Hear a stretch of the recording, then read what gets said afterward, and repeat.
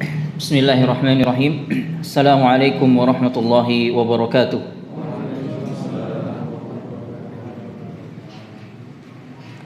Innal hamdalillah nahmaduhu wa nasta'inuhu wa nastaghfiruh wa na'udzu billahi min shururi anfusina wa min sayyiati a'malina. May yahdihillahu fala mudilla lahu wa may yudlil fala hadiya lahu. Asyhadu an la ilaha illallah wahdahu la syarika lah. Wa asyhadu anna Muhammadan abduhu wa rasuluh. Ya ayyuhalladzina amanu taqullaha haqqa tuqatih wa la tamutunna illa wa antum muslimun. Ya ayyuhan nas ittaqu rabbakumul ladzi khalaqakum min nafsin wahidah wa khalaqa minha zawjaha wa batha minhuma rijalan katsiran wa nisaa'a. واتقوا الله الذي تساءلون به والأرحام إن الله كان عليكم رقيبا يا أيها الذين آمنوا اتقوا الله وقولوا قولا سديدا يصلح لكم أعمالكم ويغفر لكم ذنوبكم ومن يطع الله ورسوله فقد فاز فوزا عظيما أما بعد فإن أصدق الحديث كتاب الله وخير الهدي هدي محمد صلى الله عليه وسلم وشر الأمور محدثاتها وكل محدثة بدعة وكل بدعة ضلالة وكل ضلالة في النار. Kita lanjutkan kajian kitab kita dari kitab I'tiqad al-A'immah al-Arba'ah, akidah imam mazhab yang 4. Masih pernyataan-pernyataan Al-Imam Asy-Syafi'i tentang masalah tauhid. Sekarang poin yang keempat. Wa akhraja Ibnu Abdul Bar. Al-Imam Ibnu Abdul Bar telah meriwayatkan an Yunus ibni Abdul A'la, dari Yunus bin Abdul A'la. Qala, dia berkata, salah seorang murid Al-Imam Asy-Syafi'i, sami'tu, aku pernah mendengar Asy-Syafi'iyah, Al-Imam Asy-Syafi'i yaqul, mengatakan, idza sami'ta ar-rajula, apabila kamu mendengar seseorang, yaqul, yang mengatakan, al-ismu ghairul musamma awi syai'u ghairu syai'. Kalau ada seseorang mengatakan nama, yakni nama Allah, sebenarnya itu bukanlah nama Allah. Awi syai' ghairu syai', atau sesuatu itu sebenarnya bukanlah sesuatu itu sendiri. Fashhad, maka saksikanlah oleh kamu, alaihi, atasnya, bizanadiqah, dia adalah orang zindik. Di sini Al-Imam Asy-Syafi'i, barang siapa yang tidak menamakan Allah seperti yang Allah Ta'ala berikan nama untuk dirinya sendiri, menurut beliau ini orang zindik, orang munafik. Termasuk di dalamnya adalah sifat Allah. Barang siapa yang tidak memberikan nama, tidak mensifati sifat Allah seperti yang Allah berikan nama dan berikan sifat untuk dirinya sendiri di dalam kitabnya maupun melalui lisan Rasulnya alaihi salatu wassalam, fashhad alaihi bizzanadiqah, maka saksikan dia ini orang zindik, orang munafik. Seperti kelompok-kelompok yang menyimpang, yang sesat, yang mana mereka mengingkari, menolak nama-nama dan sifat-sifat Allah, seperti Jahmiyah.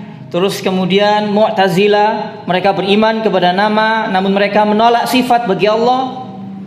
Kemudian beberapa kelompok-kelompok bid'ah yang lainnya, mereka beriman kepada sebagian nama-nama atau seluruh nama-nama Allah, dan beriman kepada sebagian sifat serta mengingkari sifat-sifat Allah yang lainnya. Ini termasuk perkara yang berbahaya, karena ini perkara keimanan Ini berbicara tentang Allah Subhanahu wa taala. Seseorang yang berbicara tentang Allah, tentang Rabbul Alamin, dia harus berdasarkan seperti apa yang Allah Subhanahu wa taala kabarkan. Karena yang pertama kali mengenal Allah itu siapa? Yang pertama kali mengenal Allah sebelum yang lainnya. Siapa? Ya Allah itu sendiri. Kemudian yang kedua, setelah Allah, para rasulnya, alaihi wassalatu wassalam. Mereka yang paling mengenal Allah Subhanahu wa taala, nama-namanya dan sifat-sifatnya. Oleh karena itu ahlu sunnah mengikuti para rasul di dalam memberikan nama dan memberikan sifat bagi Allah, seperti apa yang mereka berikan nama dan sifat bagi Allah, yakni para rasul. Tidak boleh kita berbicara tentang Allah, tentang Rabbul Alamin, itu semau kita. Harus berdasarkan hujjah, bayan, argumentasi, dalil Al-Quran dan Sunnah. Tidak boleh berbicara tentang perkara agama, terlebih lagi perkara-perkara besar keimanan seperti ini, itu hanya berdasarkan akal atau prasangka semata. Tidak boleh. Harus berdasarkan dalil. Ini sering kita tegaskan ya, sering kita tegaskan. Tidak boleh seseorang itu serampangan di dalam berbicara agama ini. Karena agama kita, agama yang tegak di atas ilmu. Tidak boleh seseorang sembarangan di dalam berbicara agama. Sampai Abu Bakar As-Siddiq, seutama-utamanya manusia setelah para nabi dan rasul, radhiyallahu taala anhu, beliau pernah mengatakan, ayyu sama'in, langit mana, tudhilluni, yang akan menaungiku, wa ayyu ardin, dan bumi mana, tukilluni, yang aku injak. Kalau aku berbicara tentang kitab Allah sementara aku tidak memiliki ilmunya, ini sebaik-baiknya manusia. Jadi beliau tidak berani berbicara tentang kitab Allah, tentang firman-firman Allah, sementara beliau tidak memiliki ilmunya. Bagaimana maksud ayat ini? Bagaimana beliau nggak tahu ilmunya? Beliau diam, tidak berbicara, tidak memaksakan diri untuk berbicara tentang perkara agama atau salah satu dari syariat agama ini, sementara beliau tidak memiliki ilmunya. Ini sebaik-baiknya manusia setelah para nabi dan rasul, Abu Bakar As-Siddiq radhiyallahu taala anhu.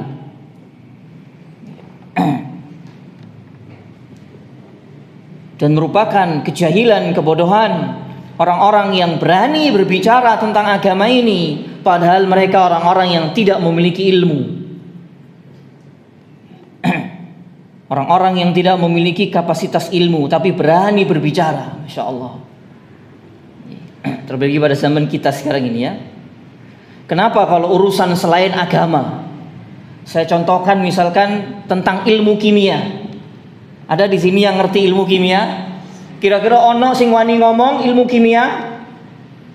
Tentunya kita yang tidak mengerti ilmu kimia, kita akan diam 1000 bahasa. Karena kita tidak memiliki ilmu tentang ilmu kimia atau ilmu kedokteran atau yang semisalnya. Tapi kenapa kalau urusan agama semuanya bisa jadi ahli agama, semuanya bisa berfatwa, ini halal, ini haram, oh ini tidak boleh, ini boleh, oh ini terlarang, oh ini perintah, oh ini sesuai sunnah, padahal tidak memiliki ilmunya sama sekali. Ini perkara yang sangat-sangat berbahaya sekali. Dan pada zaman kita sekarang ini banyak menimpa kaum muslimin. Banyak menimpa kaum muslimin. Nah, kita harus hati-hati. Terus kemudian berikutnya, wa qala Syafi'i fi kitabihi Ar-Risalah. Al-Imam Syafi'i mengatakan di dalam kitabnya yang terkenal Ar-Risalah, Ini di muqaddimahnya. Berarti kalau kita membuka halaman depan atau awal-awal halaman kitab Ar-Risalah akan ketemu perkataan ini. Walhamdulillah, kata beliau, segala puji bagi Allah, alladzi huwa kama wasafa bihi nafsahu, yang dia Allah Ta'ala sebagaimana dia mensifati dirinya sendiri. Di sini menunjukkan bahwa Al-Imam Asy-Syafi'i mensifati Allah seperti apa yang Allah Ta'ala sifatkan untuk dirinya sendiri. Wa fawqa ma yasifuhu bihi khalquhu, dan di atas semua apa yang disifatkan oleh makhluknya. Ya, ini seharusnya makhluk manusia ini mensifati Allah seperti apa yang Allah Ta'ala sifatkan. Ini akidah beliau tentang masalah nama-nama dan sifat-sifat Allah. Beliau tidak menolaknya, tidak mengingkarinya. Beliau tidak menyerupakannya dengan makhluk. Beliau tidak mentakwil-takwilnya, tidak menafsir-nafsirkannya dari zahir nas. Beliau mensifati Allah seperti apa yang Allah sifatkan untuk dirinya. Ketika Allah Subhanahu wa Ta'ala menyebutkan dalam kitabnya bahwa Allah Subhanahu wa Ta'ala memiliki wajah, maka beliau mensifati Allah seperti apa yang Allah Ta'ala sifatkan untuk dirinya, wajah, dan beberapa sifat-sifat yang lainnya. Beliau tidak mentakwil, tidak menafsir-nafsirkan, tidak menolaknya, tidak menyerupakan dengan makhluk. Dan perkataan beliau ini mudah untuk dipahami, mudah untuk dipahami.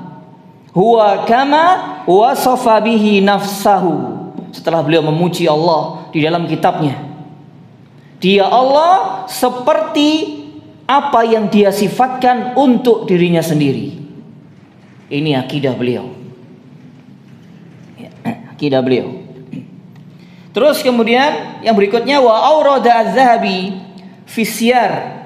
Al-Imam Az-Zahabi dalam kitabnya Siyar A'laman Nubala, beliau menukil dari Al-Imam Asy-Syafi'i, ani Syafi'i, annahu qala, bahwasanya Syafi'i mengatakan, nuthbitu, kami menetapkan, lihat, kami menetapkan, hadhihi sifat, semua sifat-sifat Allah, allati jaa biha al-Qur'anu, seperti yang disebutkan oleh Al-Quran,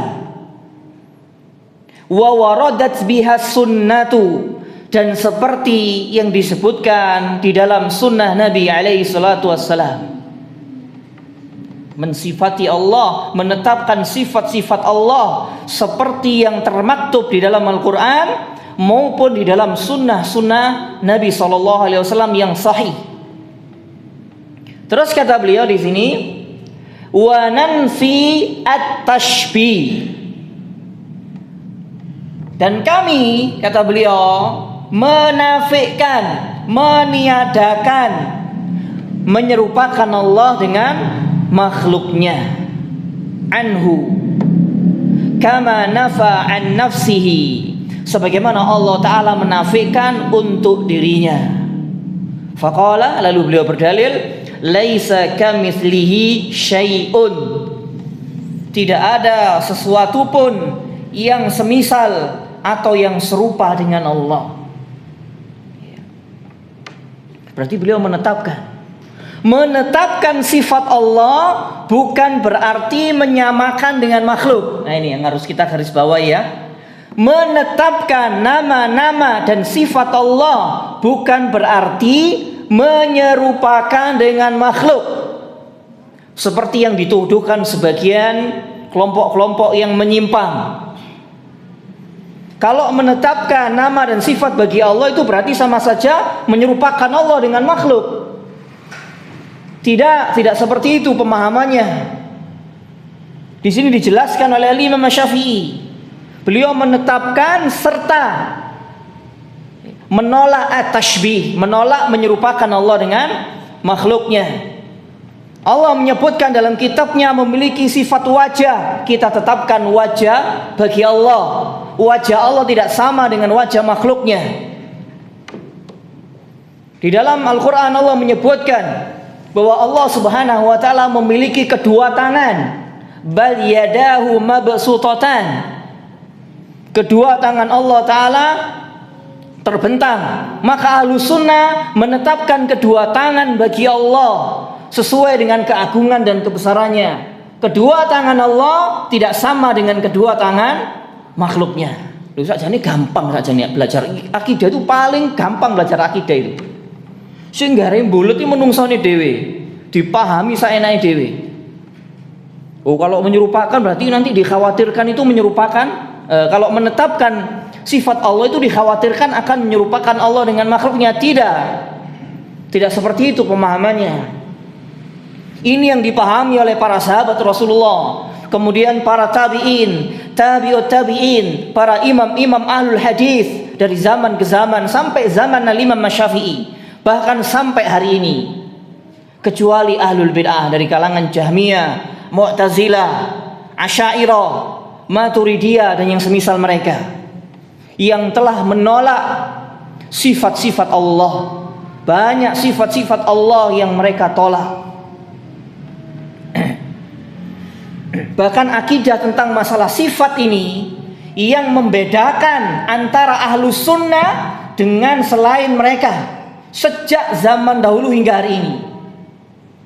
Makanya tidak benar kalau ada orang mengatakan kita semua ini Ahlus Sunnah. Tidak benar sama sekali. Bohong ini, dusta. Dia berbohong atas nama agama yang pertama, atas nama agama Allah dan Rasulnya. Terus berbohong atas nama kaum muslimin, lebih khususnya Ahlus Sunnah. Kalau seandainya semua kita berbicara kaum muslimin di negeri kita saja, semua Ahlus Sunnah, tentunya akidahnya sama, kan begitu? Akidahnya sama. Tapi kenapa akidahnya kok bisa berbeda? Yang satu menetapkan sifat tangan, sifat wajah, sifat ketinggian Allah di atas semua makhluknya, sementara ada yang lainnya menolak itu semua. Merupakan kebohongan, kedustaan yang teramat nyata, kedustaan yang teramat besar atas nama Islam apabila semua umat Islam ini dikatakan Ahlus Sunnah. Bohong, kadzab orang seperti itu, ya. Kadzab, dusta, dusta. Kira-kira ono nggak sih ngomong seperti ini? Kita semua ini Ahlus Sunnah wal Jamaah. Iku rodok iku jadi dipercaya. Ya. Nanti ucapan yang dia ucapkan akan ditanya oleh Allah nanti pada hari kiamat. Inti ngomong ngono dasari opo? Inti mengatakan semua umat Islam di dunia ini Ahlus Sunnah wal Jamaah, atau di negeri kita khususnya Ahlus Sunnah wal Jamaah, itu dasarnya apa? Sementara akidahnya tidak berbeda. Bahkan yang menetapkan nama dan sifat Allah seperti yang Allah dan Rasulnya tetapkan untuk dirinya, itu dituduh dengan berbagai macam tuduhan. Mujassimah, sesatlah, dan yang semisalnya. Betul atau tidak ini saya ngomong ini? Dituduh sesat oleh orang-orang yang mengingkari nama-nama dan sifat-sifat Allah. Wah, Allah itu tidak punya wajah. Itu yang dimaksud wajah itu kekuasaan Allah. Oh, yang dimaksud tangan itu adalah nikmat Allah. Mereka menolak.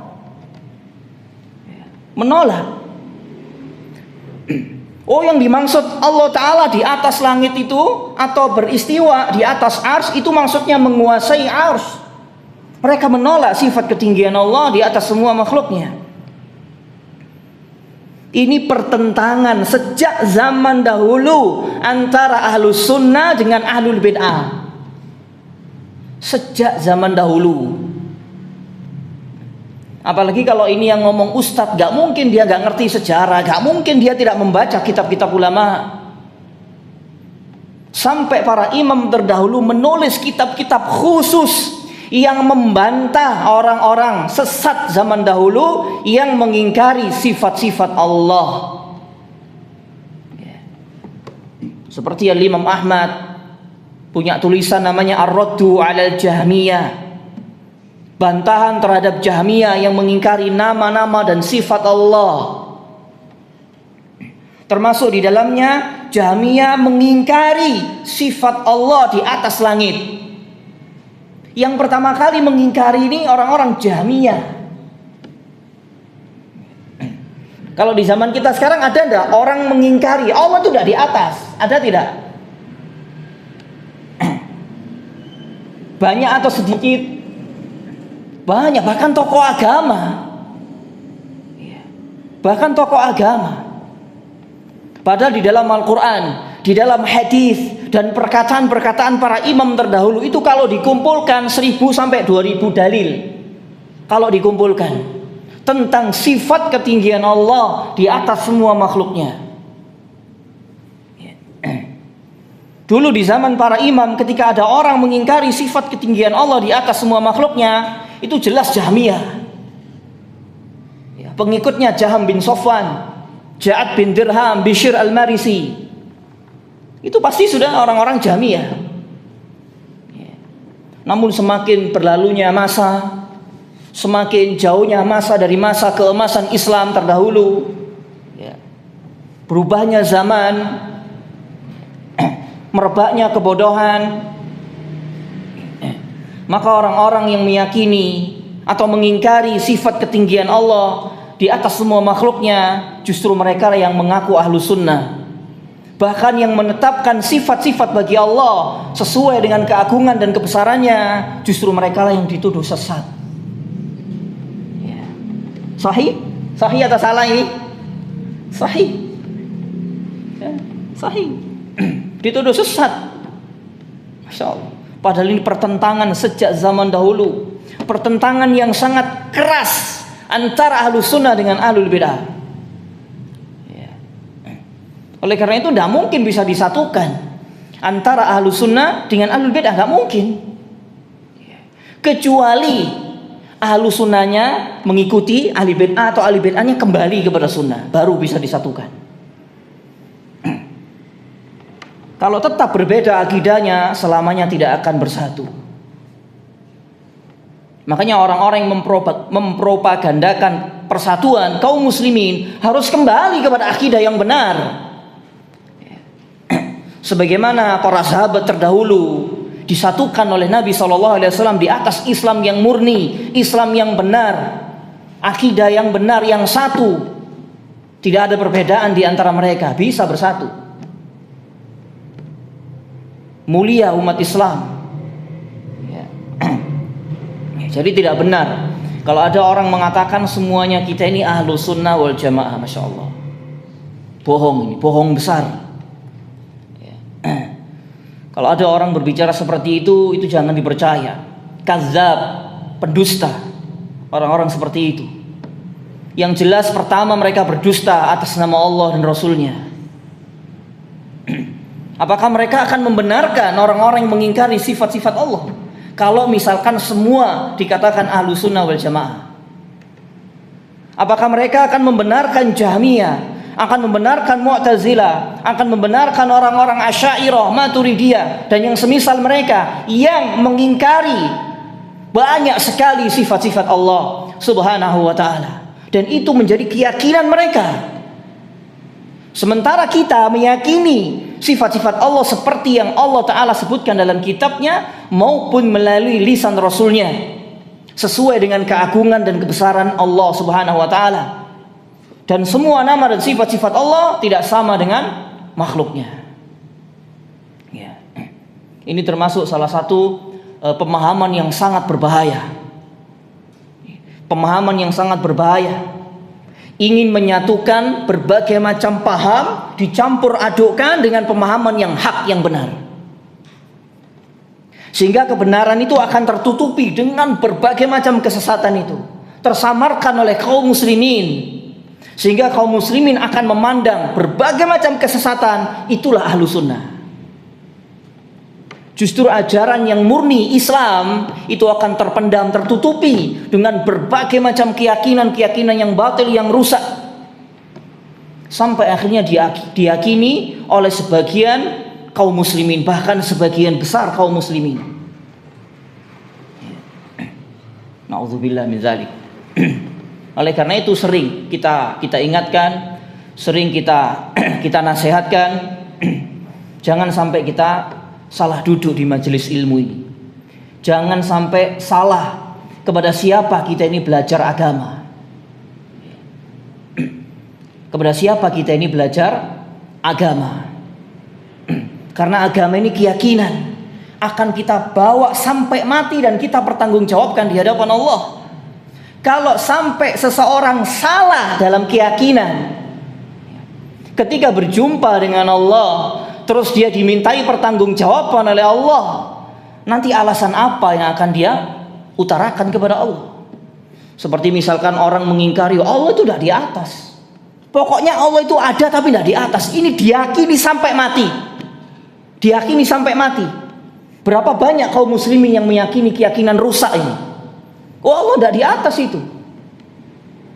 Allah itu ada pokoknya tidak di mana-mana. Allah itu ada tanpa tempat. Padahal ayatnya sangat banyak sekali dalam Al-Quran. Istawa 'alal 'arsy, sabbihisma rabbikal a'la, wa huwal 'aliyyul 'azim. Dia Allah Maha Tinggi. Sabbihisma rabbikal a'la. Bertasbihlah dengan nama Tuhanmu yang Maha Tinggi. Aamintum man fis sama. Apakah kamu merasa aman dengan siapa yang ada di atas langit? Ilaihi yas'adul kalimatut thayyib.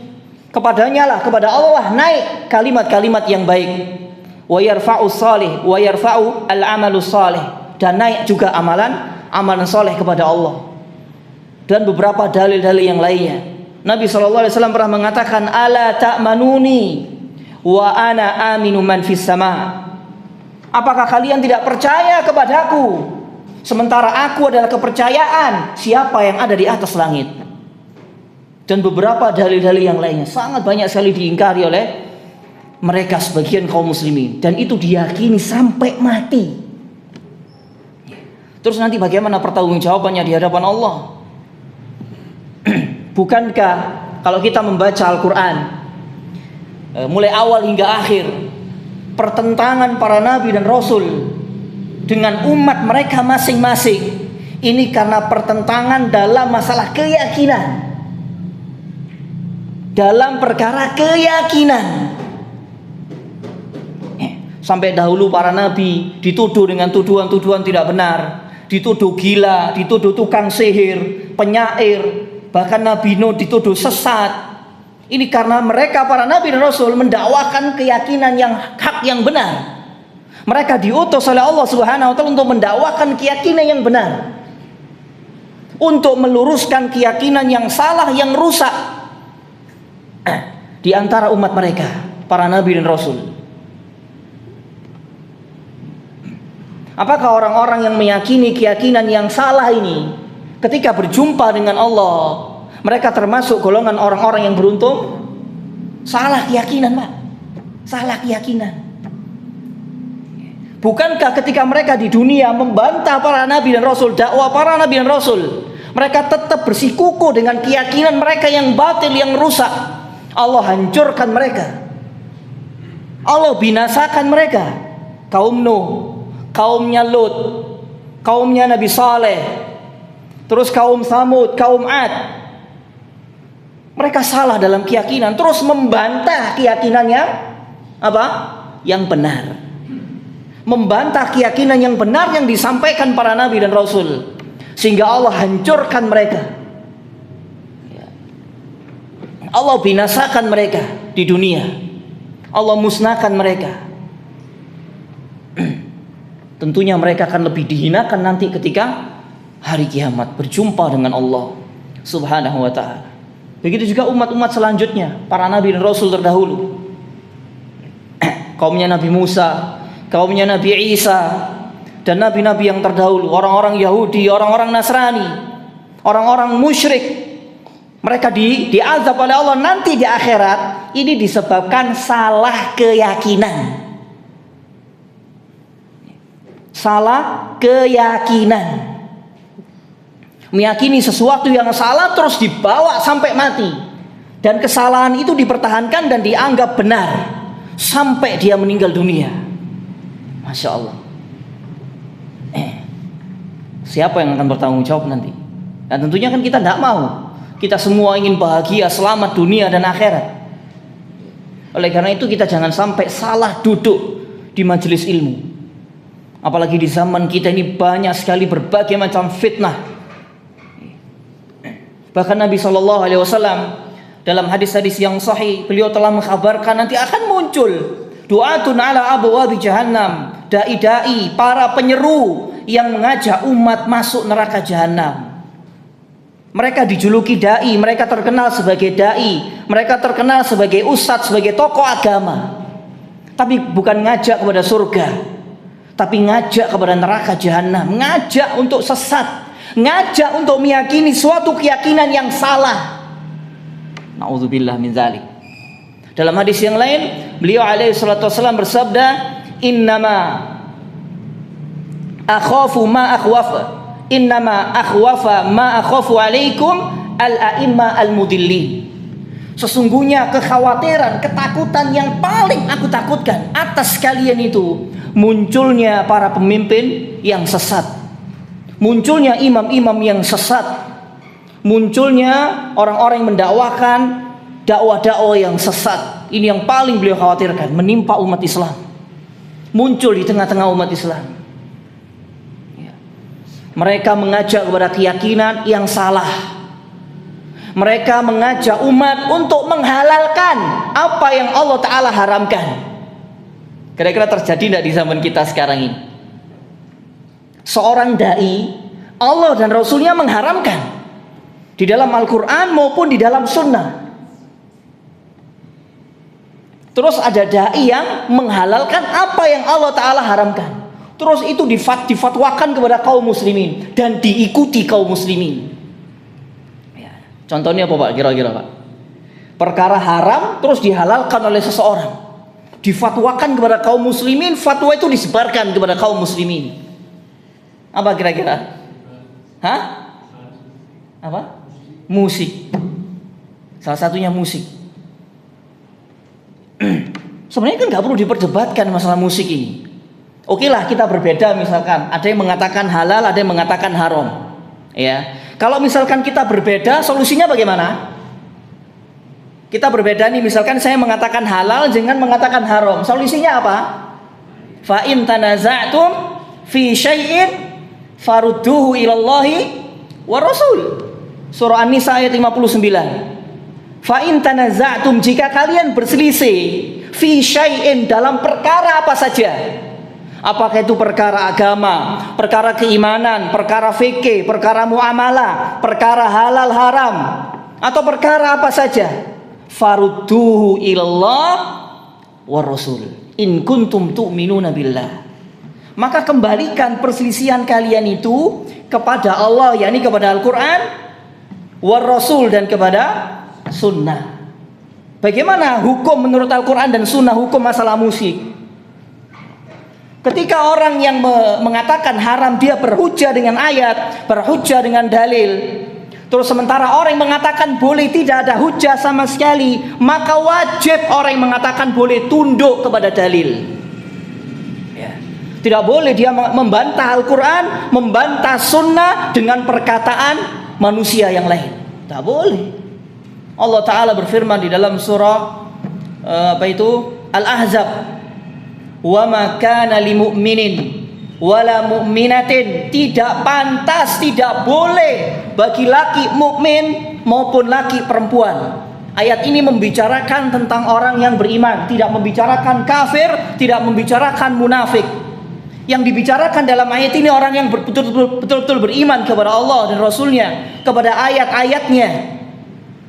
Tidak patut bagi mukmin laki dan perempuan, idza qadallahu wa rasuluhu amran, apabila Allah telah menetapkan dan Rasulnya telah menetapkan satu perkara. Satu perkara di sini amran menggunakan nakirah, isim nakirah. Maksudnya perkara apa saja. Ketika Allah dan Rasulnya menetapkan suatu perkara ini halal, kita harus mengatakan ini halal. Ketika Allah dan Rasulnya menetapkan suatu perkara ini haram, kita harus menyatakan ini haram.